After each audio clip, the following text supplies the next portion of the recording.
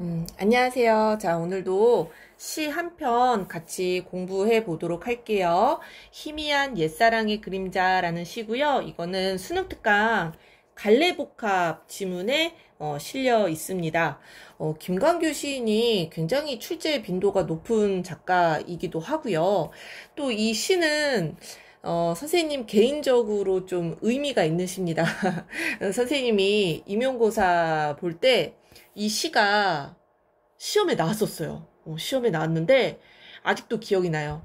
그게 비포 용지가 시험지인가 그랬던 것 같은데 맨 마지막 장에 이 시가 딱 실려 있고 문제 딱 한 문제. 그 한 문제를 그 비포 용지에다가 내가 쓸 수 있는 걸 다 서술해서 써야 되는 시험이었거든요. 그래가지고 원래 그 비포 용지에 딱 한 문제만 나오는 경우는 없었던 것 같아요. 선생님이 그 시험 준비할 때. 근데 마지막 장에 이 시만 딱 한 편 실려 있고 문제 딱 한 문제 나와 있는 거예요. 그래가지고 어 어렵다 이렇게 생각을 하면서 시험지에 막 빼곡히 이 시에 대한 막 내가 아는 모든 것을 막 썼던 기억이 납니다. 아무튼 네, 임용고사 시절을 떠올리게 하는 그런 시입니다. 개인적으로.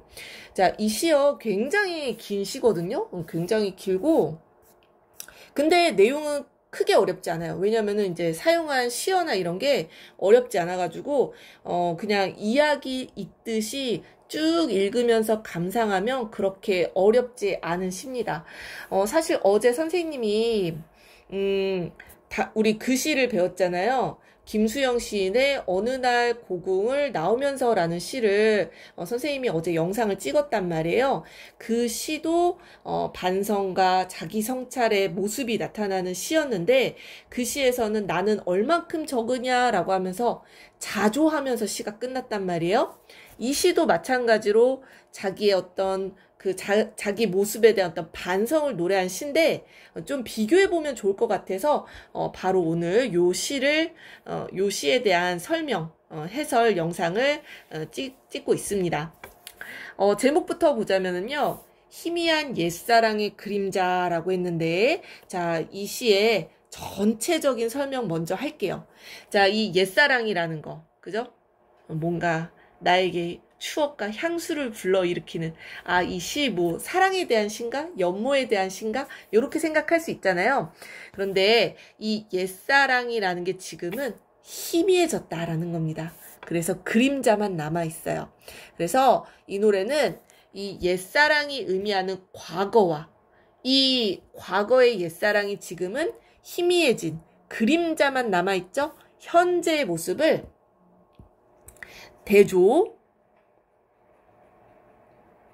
대비시켜서 시상을 전개하고 있다라는 게 특징입니다. 요거 여러분들 꼭 좀 기억을 해주셔야 되겠죠. 그죠? 이거 기억해 주셔야 되는데 과거 나의 모습은 젊은 시절 어떤 꿈과 이상과 순수함, 열정 막 이런 게 넘쳐나던 그런 시기예요. 그래서 친구들과 대포 한 잔 마시면서 대포라는 거는 큰 그릇에다가 먹는 그 싸구려 술이에요. 저렴한, 그죠? 노래를 막 목청껏 불렀단 말이에요. 별똥별 이런 상징적인 의미가 나올 거고요. 그런데 현재 모습은요. 이 젊은 나의 모습과는 많이 사뭇 다릅니다. 기성세대가 되어 친구들을 만나는 장면이 나오거든요. 소시민의 삶을 살아가고 있고요. 현실에 순응하고 안주해서 무기력한 그런 모습 그려지고 있습니다. 젊은 시절에 마셨던 그런 싸구려 술과는 다른 적지 않은 그런 술과 비싼 안주를 남기는 그런 모습 그려지고 있고요. 노래는 더 이상 부르지 않고 떠도는 이야기를 주고받습니다. 그러면서 점차 늪으로 빠져드는 그런 모습을 그릴 거예요. 그래서 요 두 모습을 대비하는 게 일단 이 시의 첫 번째입니다. 요게 돼야지 전체적으로 아마 해석이 될 거예요. 자, 지금 선생님이 거의 반 이상 설명을 했습니다. 이 시에 대한. 자, 같이 한번 보도록 할게요. 자, 과거의 모습부터 같이 살펴보도록 할게요. 이 노래요, 꽤 구체적인 시 공간적 배경이 나옵니다. 자, 여기 나오죠? 그죠? 4.19가 나던 해, 세밋이라고 했어요. 자, 4.19 언제 일어났죠? 자, 근현대사 지식을 여러분들 동원하셔야 됩니다. 1960년에 굉장히 많은 사건이 일어났잖아요. 사람들의 어떤 촉발을 시켰던 어떤 매개체가 되는 그런 사건이 3.15 부정선거가 있었잖아요. 이승만 정권에. 자기가 계속, 그지? 정권을 유지하고 싶어가지고 그 부정선거에 대한 어떤 반발심으로 이 사람들이 4.19 민주혁명을 일으켰단 말이에요. 그 민주혁명이 일어나던 그 해, 세밋이라는 거는 한 해가 끝날 무렵을 얘기하는 거예요. 마지막 날. 12월 31일이라고 보시면 됩니다. 12월 31일. 자, 우리는, 지금 화자 등장하고 있죠? 화자를 포함한 친구들은요, 오후 5시에 만나가지고요. 그쵸. 여러분들은 아직 대학생 시절을 경험해보지 않았겠지만, 이 20대 초반에 5시만 돼도 할 일이 없거든요. 일단 모여서 반갑게 악수를 나누고 불도 없이 차가운 방에 앉아 하얀 입김을 뿜으며 지금 계절적 배경이 사실 겨울이거든요. 하얀 입김을 뿜으며 열띤 토론을 벌였다라고 합니다. 자, 지금 젊은 시절에 화자의 모습이 그려지고 있다라는 게 여러분들 보이셔야 돼요. 불도 없이 차가운 방에 앉아. 이런 촉각적인 심상 드러나죠. 차가운 방. 뭐예요? 돈이 없잖아. 젊은 시절에는 이 열악한, 그지? 환경 가진 것도 없고 이런 열악한 환경에서 이 친구들이랑 했던 게 뭐예요? 열띤 토론을 벌였다라는 거예요. 열띤. 자, 지금 이런 이미지 대조, 그지? 이미지 대조를 통해서 무엇을 강조하고 있는 거예요? 이런 젊은 날의 열띤, 뜨거운 토론. 뭐에 대한? 순수와 열정에 대한 어떤 꿈에 대한 이상에 대한 그런 토론을 벌였다라는 거겠죠. 자, 이런 차갑다, 열띤, 이런 차가운 방과 대비되는 이런 열띤 토론을 통해서 젊은 시절 나의 이런 순수함과 열정을 더욱 부각하고 있습니다. 자, 그래서 친구들과 만나가지고 차가운 방에서 막 열띤 토론을 벌이고 있는, 어리석게도 우리는 무엇인가를, 정치와는 전혀 관계없는 무엇인가를 위해 살리라 믿었던 것이다 라고 하네요. 자, 지금 무엇이 2번 반복되고 있는 거 보이시죠? 우리는 무엇인가를, 이 무엇이 뭐예요? 정치와는 전혀 관계없는 무엇이라고 표현을 했죠. 이 정치는요, 그때 당시에 정치에 대한 어떤 불신이나 그런 것들이 많았겠죠, 사람들에게. 왜냐하면 3.15 부정선거가 뭐야. 막 투표함 바꿔치기 하고 지금으로서는 생각도 할 수 없는 일들이 벌어졌던 시기예요. 선생님도 책으로만 봤습니다만, 책이나 영화나 드라마로 접했습니다만, 그때 당시에 막 정치 깡패들 막 동원해가지고 그 상대 정당의 그 정치인들 막 때려 죽이고 억압하고 투표함 바꿔치기 하고 그래가지고 투표한 사람들보다 투표지가 더 많이 나왔다라는 거 아니겠어요? 아무튼 이 정치는 여기에서 부정적인 의미를 갖고 있는 시입니다. 굉장히 거짓된 위선의 그런 정치와는 전혀 관계없는 무엇인가. 이 무엇은 긍정적인 의미를 갖고 있어요. 바로 젊은 날에 나와 친구들이 꿈꾸었던 어떤 이상, 순수함, 그런 것들을 의미하는 거거든요. 바로 이런 정치보다 더 중요하고 본질적인 그런 것들을 상징하는 그 무엇인가를 위해서 살리라 믿었던 것이다 라고 하네요. 자, 여기에서 앞에 어리석게도라는 말을 붙였어요. 이 어리석게도라는 거는 이 긍정적인 가치에 대해서 이야기를 하는데 그것을 지향하는 우리의 모습을 어리석다라고 표현을 했어요. 이거는 화자의 의도와는 반대되게 표현을 한 거거든요. 강조의 효과를 위해서. 그래서 이거는 반어라고 보시면 됩니다. 반어적인 표현이 사용됐어요. 어리석게도. 어리석지 않은 거였죠. 그죠? 우리는 그 무엇인가를 바로 이런 꿈과 순수와 이상적 가치를 위해서 살 것이라고 젊은 날에 우리는 믿었다라는 겁니다. 결론 없는 모임. 바로 이 결론 없는 모임이 이 열띤 토론이죠. 이 결론이 없을 수밖에 없어요. 왜냐, 이런 순수함과 어떤 이상적인 가치에 대한 토론이기 때문에 결론이 없을 수밖에 없겠죠. 그런 결론 없는 모임을 끝낸 밤 해화동 로터리에서 대포를 마시며, 자, 지금 선생님이 아까도 얘기했지만 4.19, 세밋, 해화동 로터리 이런 식으로 굉장히 구체적인 시 공간적 배경을 제시하고 있다라는 거 여러분들 표현상의 특징으로 체크를 하셔야 되겠습니다. 이 해화동이라는 공간이 어떤 공간이에요? 여러분들 해화동 아시나요? 아, 모르나요? 저기 그 대학로 성균관대 앞에 그 대학로 거리를 이야기해요. 마로니에 공원 유명하죠? 또 뭐예요? 연극 무대가 많은 곳이 또 이 해화동 아니겠어요?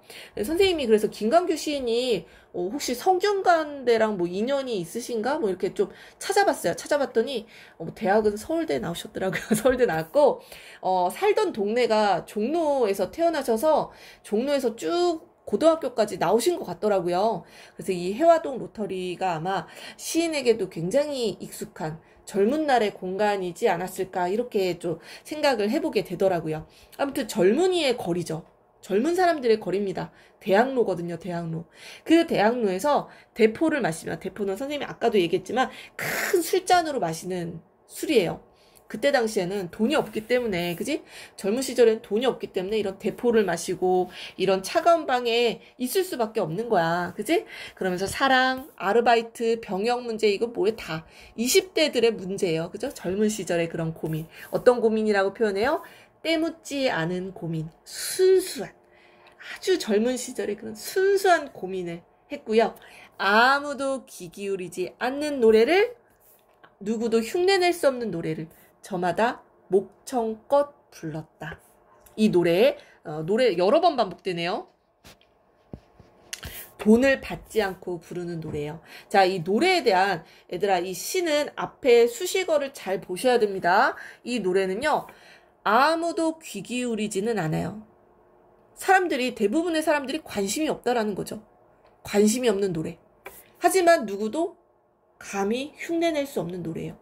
젊은 사람들, 순수한 사람들만 부를 수 있는 노래다라는 겁니다. 돈을 받지 않고 부르는 노래예요. 물질적인 가치로는 어떻게 대체가 될 수 없는 그런 노래다라는 겁니다. 이 노래 어떤 상징적 의미인지 아시겠죠? 이 무엇과 연결되는 거예요. 그죠?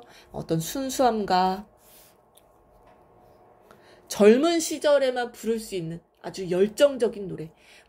목청껏 불렀다라고 했잖아요. 남들이 전혀 관심 없어도 우리는 굉장히 열정적으로 이 노래를 불렀다라는 겁니다. 그래서 이 노래는요. 겨울밤 계절감 드러나죠? 하늘로 올라가 별똥별이 되어 떨어졌다라는 겁니다. 자, 여기서 포인트. 자, 노래가 별똥별이 되었다. 이 별이라는 거는 반짝반짝 빛나는 거잖아요.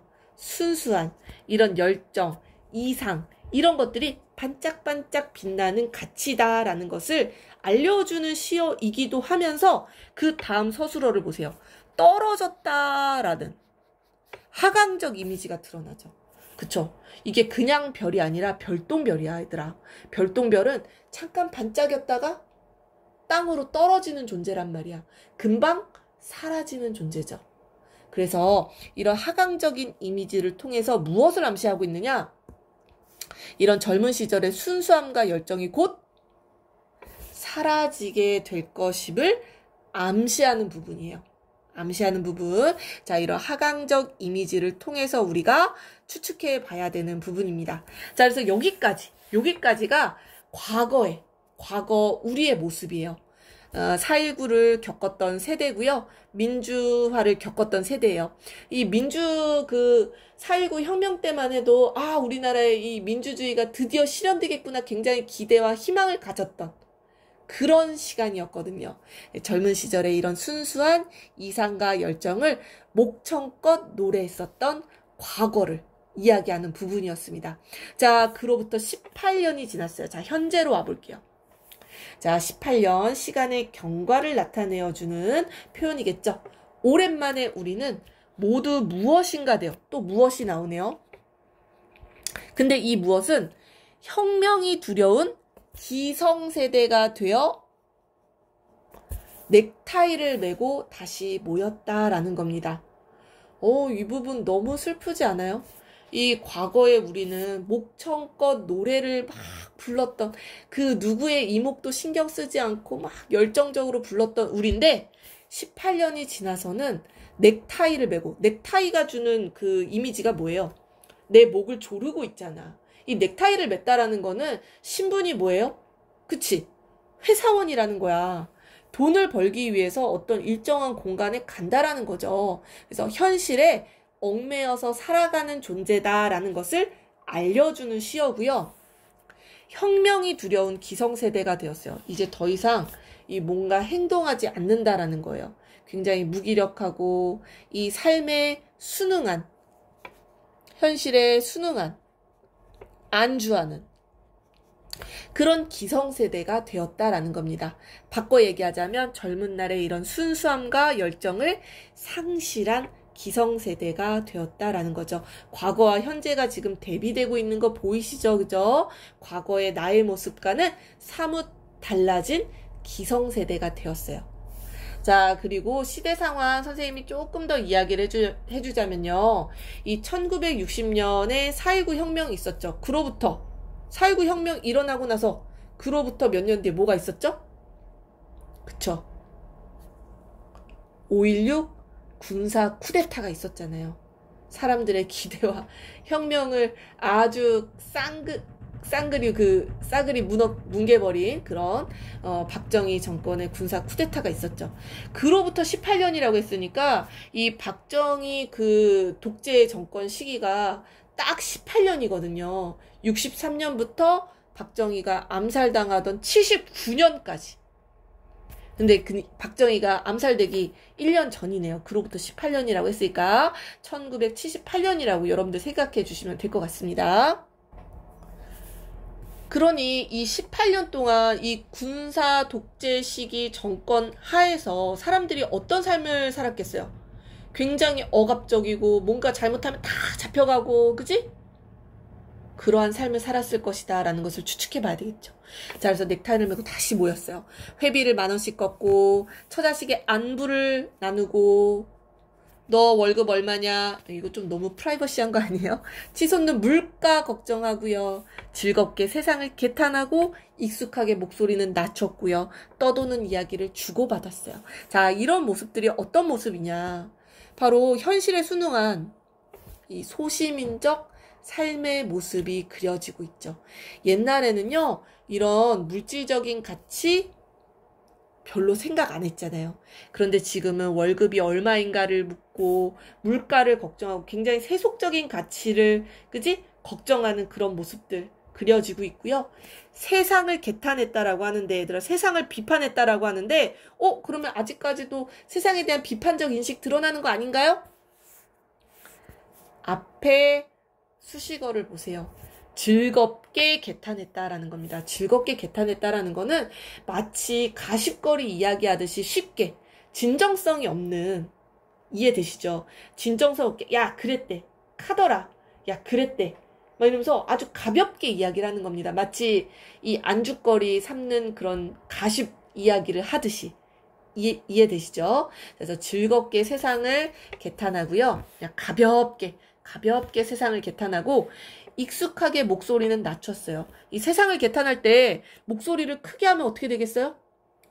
잡혀갑니다. 저 군사시설에 끌려갈 수 있어요. 그죠? 이런 억압적인 시대 상황이 드러나는 부분이고요. 이런 목소리를 낮추는 행동이 굉장히 익숙하다라는 거는 그런 소시민적 삶에 굉장히 익숙해졌다, 길들여졌다라는 것을 알 수가 있는 부분입니다. 그래서 떠도는 이야기를 주고받았다. 이 떠도는 이야기는 아까 나왔던 노래랑 대비되는 시어예요. 아까 노래는 사람들이 신경 쓰든 말든 막 목청껏 불렀잖아요. 그런데 지금은 노래를 부르지 않고요. 떠도는 이야기. 사람들이 관심 갖는, 야, 그랬다더라, 카더라, 가짜뉴스인지 가짜뉴스 아닌지도 모르는 그런 떠도는 이야기. 당시 정치 상황에 대한 뜬소문들입니다. 그런 뜬소문들을 주고받았다라는 거예요. 노래랑 대비된다라고 볼 수가 있겠죠? 모두가 살기 위해 살고 있었어요. 그냥 현실에 순응해서 살아가고 있었다라는 얘기입니다. 그래서 아무도 이제는 노래를 부르지 않았어요. 순수함과 열정을 상실했다라는 거 알 수 있겠죠. 적잖은 술과 비싼 안주를 게다가 남겼어요. 젊은 시절에 친구들과 대포를 나누어 마셨던 거랑 또 대비된다라고 볼 수가 있겠죠. 우리는 달라진 전화번호를 적고 헤어졌어요. 몇은 포커를 하러 갔고요. 포커 노름 아니겠어요? 몇은 춤을 추러 갔어요. 이 포커, 춤 이런 거 뭐예요? 그치? 향락적인, 세속적인 그런 삶에 익숙해졌다라는 거 다시 한번 알 수가 있겠죠. 현재 이런 향락적인 삶을 의미하는 그런 시어라고 볼 수가 있겠고요. 몇치서는 허전하게 동숭동 길을 걸었어요. 이 동숭동 길은요. 여기서도 이제 구체적인 지명이 나오죠. 이 동숭동도 얘들아 대학로야. 이 해화동 로터리 근처에 있습니다. 그러니 이 동숭동 길은요. 지금 현재 내가 걷고 있는 길이면서도 젊은 시절의 이런 순수함과 열정이 아직 남아있는 곳이다 라고 보실 수 있겠죠. 자, 이 동숭동, 해화동이랑 뭐 거리도 비슷하고요. 같은 의미로 보시면 될 것 같아요. 같은 의미로 인접한 곳입니다. 자, 그래서 여기까지 보시면은요. 이 이상과 열정을 잃고 현실에 순응하면서 살아가는 이 중년의 소시민적인, 세속적인 그런 모습이 쭉 그려지고 있어요. 뭐랑 대비돼요? 과거의 나의 모습과 대비되는 그런 모습이라고 보실 수가 있겠죠. 자, 마지막 부분 보도록 하겠습니다. 자, 돌돌 마른 달력을 소중하게 옆에 끼고, 이 달력이라는 건 뭐예요? 시간을 알려주는 소재죠. 이 돌돌 마른 달력을 소중하게 옆에 꼈다라는 거는 이 흐르는 시간에 순응하면서 그 시간을 소중하게 이 옆에 꼈다. 순응하면서 사는 모습을 의미합니다.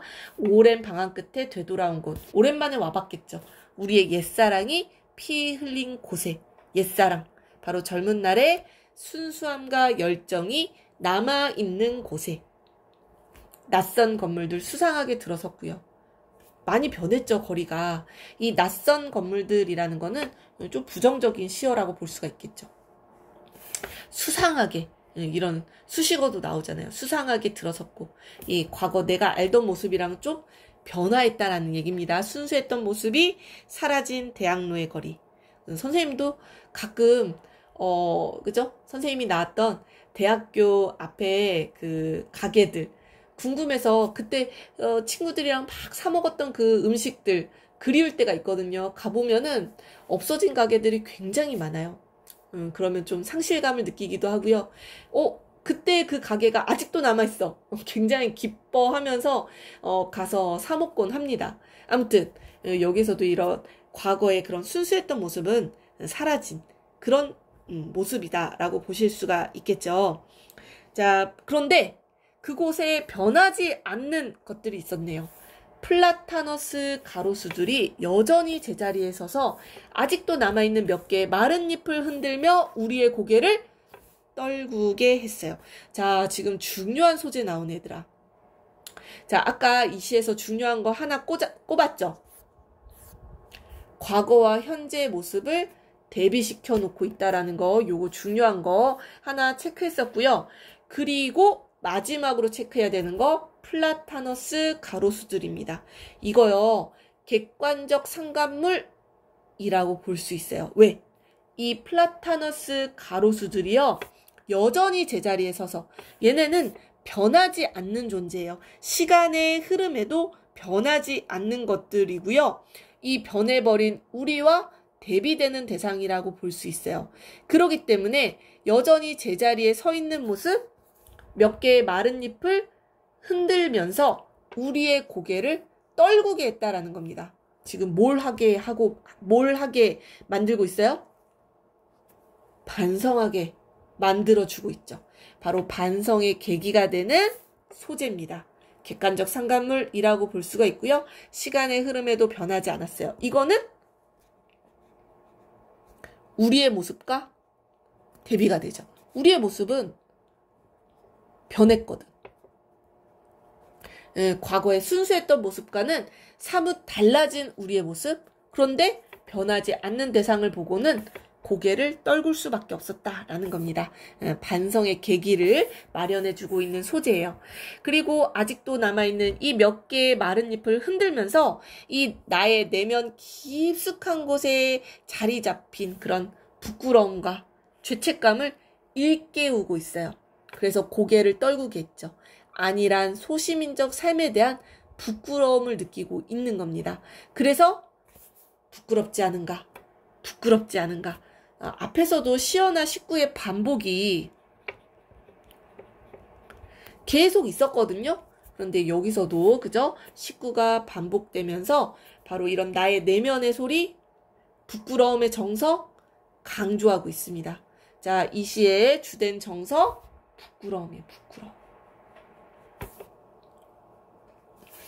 자, 바람의 속삭임이라고 했지만 나의 내면의 소리예요. 반성의 소리라고 보시면 될 것 같습니다. 자, 이 반성의 소리가 들려왔는데 그것을 어떻게 하고 있어요? 화자의 태도. 귓전으로 흘려버렸어요. 이거 뭐야? 반성하고 다시 어떤 행동을 촉구하고 변화된 모습을 보이는 게 아니라요. 그냥 외면하고 흘려보내 버렸다라는 얘기입니다. 다시 소시민의 모습으로 돌아가는 거죠. 부끄러움은 그냥 잠깐 느낀 거야. 중년기의 건강을 이야기했고 그냥 이거 세속적인 이야기잖아요. 그죠? 또 한 발짝 깊숙이 늪으로 발을 옮겼다라고 하네요. 자, 그래서 마지막에 화자의 태도는요. 귓전으로 흘리면서 늪으로 발을 옮기는, 여기서 늪이라는 거는 상징적인 의미를 갖고 있는 거겠죠. 늪이라는 거는 발이 이렇게 들어가면 쉽게 빠져나올 수 없는 곳이란 말이에요. 바로 헤어나기 어려운 이런 소시민의 삶을 의미합니다. 일상적이고 타협적인 그런 삶의 굴레에서 벗어날 수 있다 없다? 벗어나기 어렵다라는 것을 알려주는 부분이에요. 그렇기 때문에 화자는 굉장히 무력감을 느끼고 있다라고 보실 수가 있겠죠. 다 시대 상황이랑도 연결되는 거예요. 선생님이 아까 얘기했잖아요. 이런 군사 독재 정권 시기에서 18년이나 흘렀다라고 생각을 해보세요. 여러분들 18년 동안 이 군사 독재 정권 시기의 억압 속에서 살아왔다라고 하면은 이런 무력감을 느낄 수밖에 없겠죠. 그죠? 자, 그래서 이 시는요, 반성적인 태도는 드러나지만 거기에서 뭔가 화자의 태도가 변화된다거나 그런 부분은 찾아볼 수 없는 좀 안타깝네요. 그죠? 안타까운 그런 마음이 드는 시라고 보실 수가 있겠습니다. 자, 마지막에 박스글 읽으면서 마무리 해볼게요. 자, 이 작품이요. 1979년에 발간된 시집에 실려있는 시네요. 기성세대가 된 중년의 화자가 18년 전 순수했던 청년 시절을 회상하면서 현재 소시민적 삶을 반성하는 노래예요. 이거 좀 바꿔볼게요.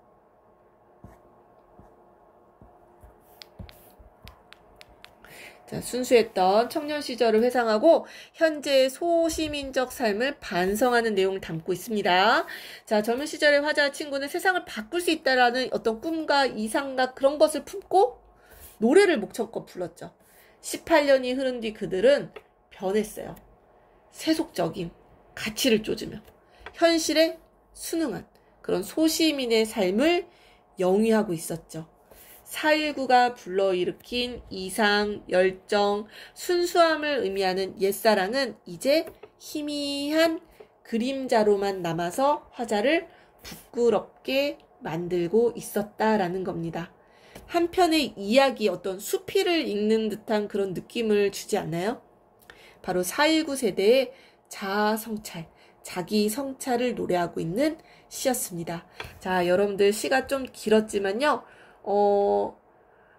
그 시적 상황을 잘 면밀하게 파악하고 그 시대 상황에 대한 이해가 덧붙는다라고 하면은 이 시 감상 충분히 할 수 있는 시라고 생각이 듭니다. 여러분들 다시 한번 시를 처음부터 끝까지 읽어봐 주시면 좋을 것 같아요. 자, 오늘 여기까지 할게요.